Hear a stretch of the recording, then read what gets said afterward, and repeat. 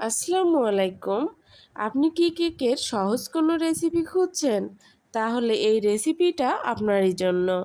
শুধুমাত্র একটি ডিম ও ১ কাপ আটা দিয়ে মাত্র ১০ মিনিটেই ১০ থেকে ১২টি প্যানকেক তৈরি করে নেওয়া যায় খুব সহজেই। এমন সহজ একটা রেসিপি নিয়েই চলে এলাম আপনাদের মাঝে। এই কেকটা অনেক সুস্বাদু, তাই বড় ছোট সকলেই খুব মজা করে খেয়ে নিবে। বিকেলে চায়ের সাথে এবং বাচ্চাদের টিফিনে খুব সহজেই পরিবেশন করা যায় এই কেকটি। তাহলে চলুন কথা না বাড়িয়ে রেসিপিতে চলে যাই।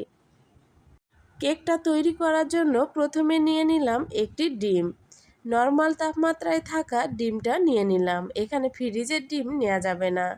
তারপর এখানে দিয়ে দিব হাফ কাপ পরিমাণ চিনি এবং ১ চিমটি পরিমাণ লবণ। মিষ্টি খাবারে লবণ দিলে মিষ্টির ব্যালেন্সটা ঠিক থাকে এবং খেতে সুস্বাদু লাগে। যদি কেউ মিষ্টি খাবারে লবণ পছন্দ না করেন তবে না দিলেও চলবে। তারপর এখানে দিয়ে দিলাম হাফ কাপ পরিমাণ দুধ। আমি আগে থেকে জাল করে ঘন করে নিয়েছি এবং দুধটা নর্মাল তাপমাত্রার আছে। এবার দুধ এবং সবগুলো উপকরণ খুব ভালোভাবে ফেটিয়ে নিব।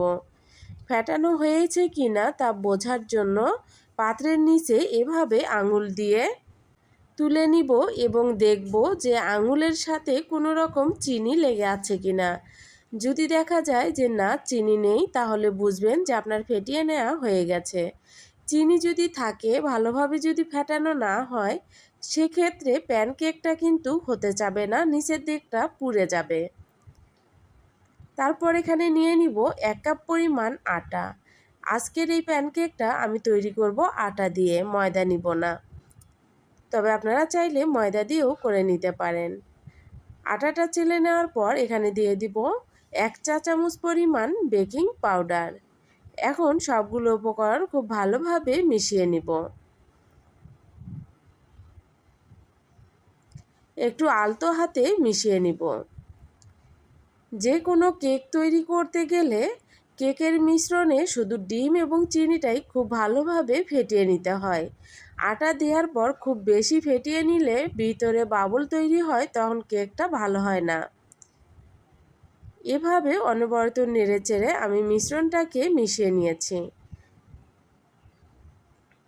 ভালোভাবে মেশানো হয়ে গেলে এখন এখানে দিয়ে দিব 1/4 কাপ পরিমাণ রান্নার তেল। আচ্ছা, আপনারা যদি চান তেলটা এখানে আরও কম দিতে তবে তাও দিতে পারবেন। এখন সবগুলো উপকরণ আবারও খুব ভালোভাবে মিশিয়ে নিব। মিশিয়ে নেওয়ার পর আমি দেখিয়ে দিচ্ছি এর ঘনত্বটা ঠিক কেমন আছে। বেশি ঘনও হবে না, আবার পাতলাও হবে না, ঠিক এমন থাকবে। আমি যে পরিমাপে সবগুলো মিশ্রণ নিয়েছি ওই পরিমাপে নিলে ঘনত্বটাও ঠিকঠাক থাকবে। এখন চুলায় প্যান বসিয়ে সামান্য তেল দিয়ে টিস্যু দিয়ে আমি মুছিয়ে নিচ্ছি। তারপর কেকের ব্যাটারটা দিয়ে দিলাম। দেওয়ার কিছু সময় অপেক্ষা করব। কিছু সময় অপেক্ষা করলে উপরে অনেকগুলো ছিদ্র দেখা যাবে।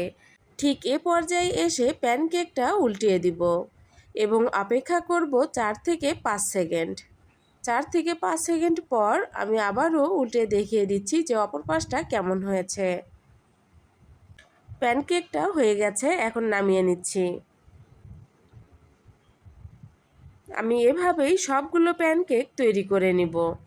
প্যানকেকগুলো যদি সবগুলো সমানভাবে তৈরি করতে চান তাহলে মেজারমেন্ট কাপের যে কোনো একটা কাপ সিলেক্ট করে নেবেন। আমি এখানে 1/4 কাপ সিলেক্ট করে নিয়েছি, আমি সেটা দিয়েই তৈরি করে নিচ্ছি।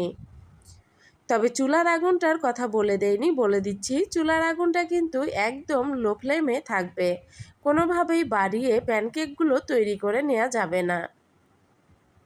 যদি কারো চুলার তাপমাত্রা একটু কম থাকে তবে চুলার আগুনটা লো থেকে একটু বাড়িয়ে দিতে পারেন। এভাবে আমি সবগুলো প্যানকেক ভেজে নিয়েছি।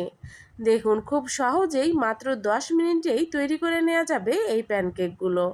এত সহজ তৈরি করা এবং খেতে অত্যন্ত সুস্বাদু।